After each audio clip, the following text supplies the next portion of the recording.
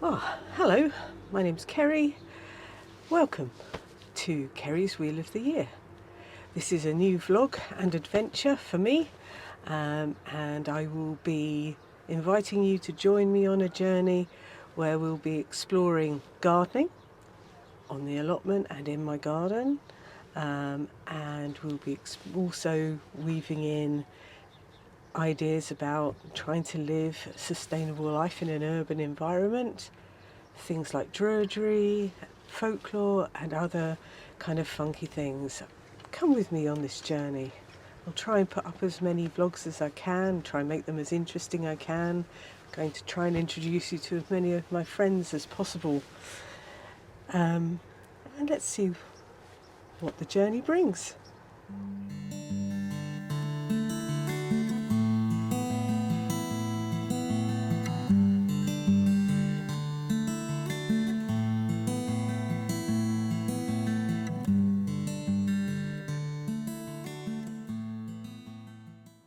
Okay, lovely people, welcome to my allotment plot.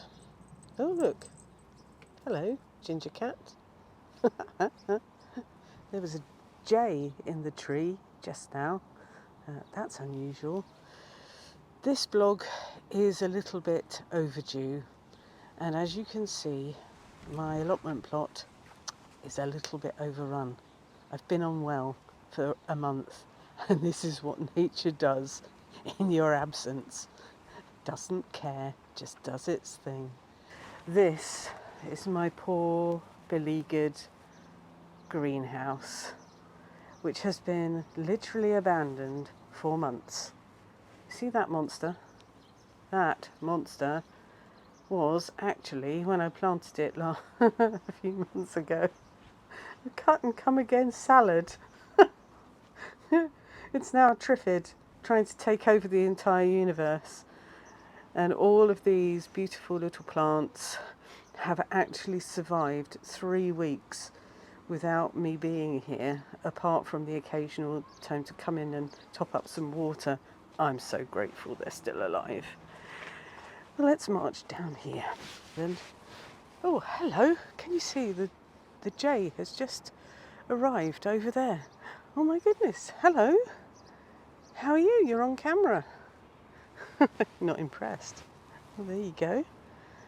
How fabulous is that? I love visitors. There's foxes somewhere around as well. Yeah, basically, today is all about the rescue mission. Ooh, what has he got in his face? Crikey. Well, there you go. See, predators coming in, doing their job, leaving nature to do its thing is obviously the best choice. However, I do have to kind of tame this stuff. So in a minute, I'm going to get the dreaded strimmer out. But there is a lot of wildlife in here. I don't like strimming if I can avoid it. And I've got some plans to try and make that less of an important job. But today, as you can see, the allotment has gone beyond the bounds of sense and sensibility.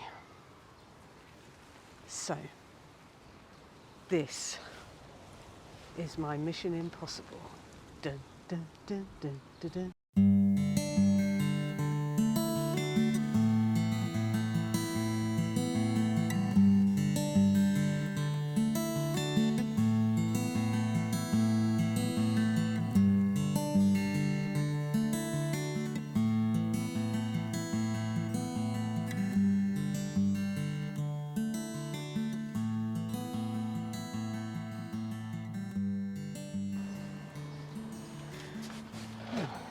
That's a bit better. I had the crows shouting at me and the raven, the jay dancing about. I got bitten quite viciously, I would say, by an ant as I was trying to strim. But and there goes the cat again. I think this is the Matrix. But it's done. And it only took me half an hour, and 3 batteries for the strimmer. I don't like using the strimmer because there's lots of slow worms and there are the occasional frogs and toads hiding about in the long grass. So I do it very carefully, but that will keep the allotment surveyors off of my my back for a bit. And it does look better, and I can actually access the plot now. So, mission impossible 1 accomplished. I'm going to try and do the greenhouse now. This is a bit of a mess. Here we go. I think we have to get some things out before we can actually do anything productive. There's just so much. I've left it for so long. Just nothing irredeemable. As with life generally, there's nothing ever irredeemable. Probably.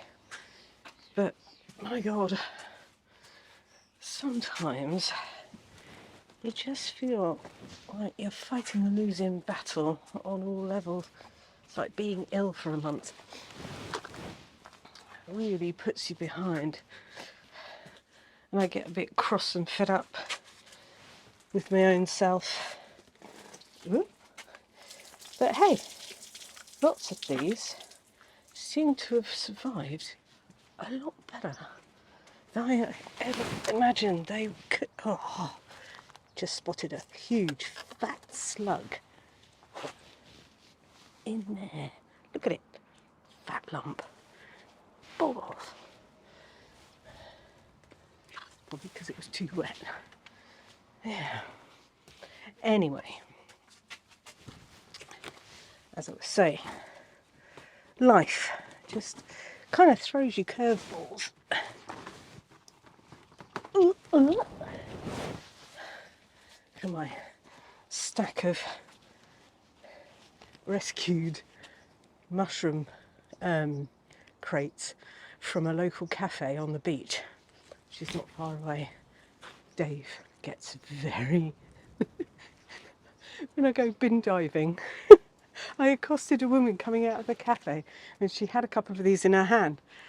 And I said, I'm an allotmenteer, can I have those? And she she looked at me as if I was bonkers, which obviously I am, because I'm an allotmenteer. And Dave walked off in embarrassment. And she was just like, yeah. I said, I want to grow things in them and use them on the allotment. And she was like, do you know what? It would be really brilliant if somebody did. I hate throwing them away. She said, all this plastic. So never be afraid to ask.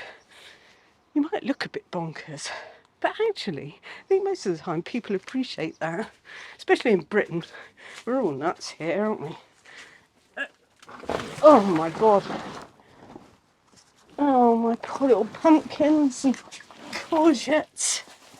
God, they're all still... Oh God, they're just desperate. Bless them. Right. That'll be another job for another day. But let's just see what we can do in here. Man. This cut and come again salad. I mean, it feels kind of mean cutting it back, and I'm really sorry, plant. I do hate killing living things.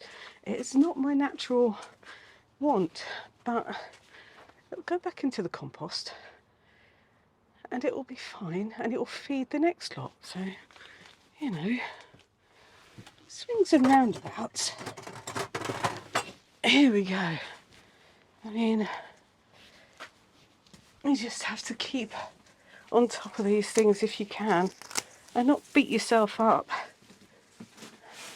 if you can't, which my husband Dave will laugh his hearty head off at that statement, because I've been a miserable baggage while I've been ill because I haven't been able to get over here, and catastrophizing the fact that everything would be dead. And but this is nature. It does its thing, and we are part of nature. And I think it's lessons like this which I love gardening for. However, it was supposed to be harvested for us to eat. And one of the things about this drive I've had for the past few years is to try and live a more sustainable life. You know, and I was incredibly lucky to be able to grab this allotment just before it all got popular, before lockdown. I think this is my 5th year of allotmenting, and it's been a huge learning curve. You know, I mean, I thought I knew a bit about. I'd done growing before when I used to have a big garden, and I'd fed my family with homegrown veg, and been very proud of the fact that I had done right by my kids as much as I could in that sense, if not in others. But for a long time I hadn't had a garden big enough. My garden is tiny and is nicknamed Paradise because it's very small, it's enclosed, and I use that one. That's kind of like the spiritual sitting place. That's the spiritual contemplation place. This is the place, I think, on the allotment, which I nicknamed Eden. This is the place of practical druidry. This is the place where it all, you have to put your money where your mouth is, and really get back to what it felt like in ancient times, dealing with the weather, the unpredictability of nature, the hit and miss of growing things, with the precociousness and capriciousness of the weather. It doesn't care. Actually, none of the rest of nature cares about us, even though we are nature. Nature has no agendas on any level, does it? It just is what it is, and it does what it does. And it's a great teacher and a great leveler of life, if we take it that way. It's all a cycle of life, death, and rebirth. Comes together, it grows, it does its thing, and then it slowly dies off and changes. But nothing ever goes away for long. I was going to start with Beeltena at the beginning of May, because it felt like an appropriate time to kind of kick off a new project, kind of related to druidry and the life cycles and gardening, just when everything is all kicking off in the world generally. But nature and the viruses decided otherwise. But I think this is also quite a good place to start. It's kind of me reclaiming myself after having been knocked out of the game for a protracted amount of time, and getting myself together to do something A, that I love, and B, share it with other people who have similar kind of, or don't have similar mindsets. Actually, maybe you don't have a similar mindset. Maybe you are someone who feels like nature, the natural world is a threatening place. I know my mother-in-law's next door neighbour can't bear the idea that there are animals outside her bedroom window at night, and she's terrified that her children would be worried that there are foxes or hedgehogs or anything being fed next door. You know, she doesn't want them to think that there is anything outside. How terrifying to live like that. How terrifying to live your entire life terrified of an entire planet. That you stay inside 4 brick walls and shut everything out. Wow. I feel so sorry for her, actually. And I don't mean that in a sarcastic or weird way. I genuinely feel very sad for that poor woman. And I feel sad for her kids, because they're not going to get, you know, a very balanced view on life, I don't think. But, you know, as for me, I love it, even when I get bitten by an ant. It really still... I'm moaning now. I'll stop moaning. Ants are just doing their thing, damn it. I was mowing through its entire life and it was not impressed. So I have to kind of just take it on the ankle, which is where it bit me. Well, you know, this isn't bad. I'm getting... Ooh, look at that. Origami. Lush. Oh, I'm getting through this. This is another thing I love about gardening. It's quite fast. You know, you kind of make a decision, you get in there with your choppers, and it all kind of happens really quickly. I have a tendency to ramble. I think what will end up happening is most of these vlogs will be just me rambling about some weird train of thought somehow along the line. And if you like it, I'm really happy, and maybe you can subscribe to the channel, which is going to be called the Green Grimoire, actually, because we're going to be doing all kinds of things on this channel. There'll be me with my wheel of the year with gardening and that kind of stuff, and then there'll be Dave and I going off visiting I can't actually even say it, pilgrimaging to various sacred sites around the place, you know, around Britain. We're going to start locally and then move on to the wider places and probably talk to other people on our journeys. We have loads of friends all over the shop, so hopefully with the gardening, with the druidry and with everything else, we will be able to bring you some interesting videos over the time. Dave's got a toy, more of that later. Well, actually, you will have already seen it in the opening credit thing. And yeah, it's just have a mad journey, talking about nature, how we react to it, how it makes us feel, how it makes our soul feel. Yeah, join me. Subscribe if you like. You'd be welcome. Give it a like on the tick box if you want to see more.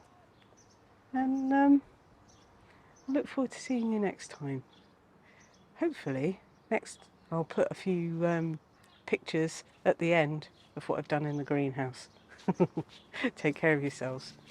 And yeah, Kerry's Wheel of the Year will be back shortly.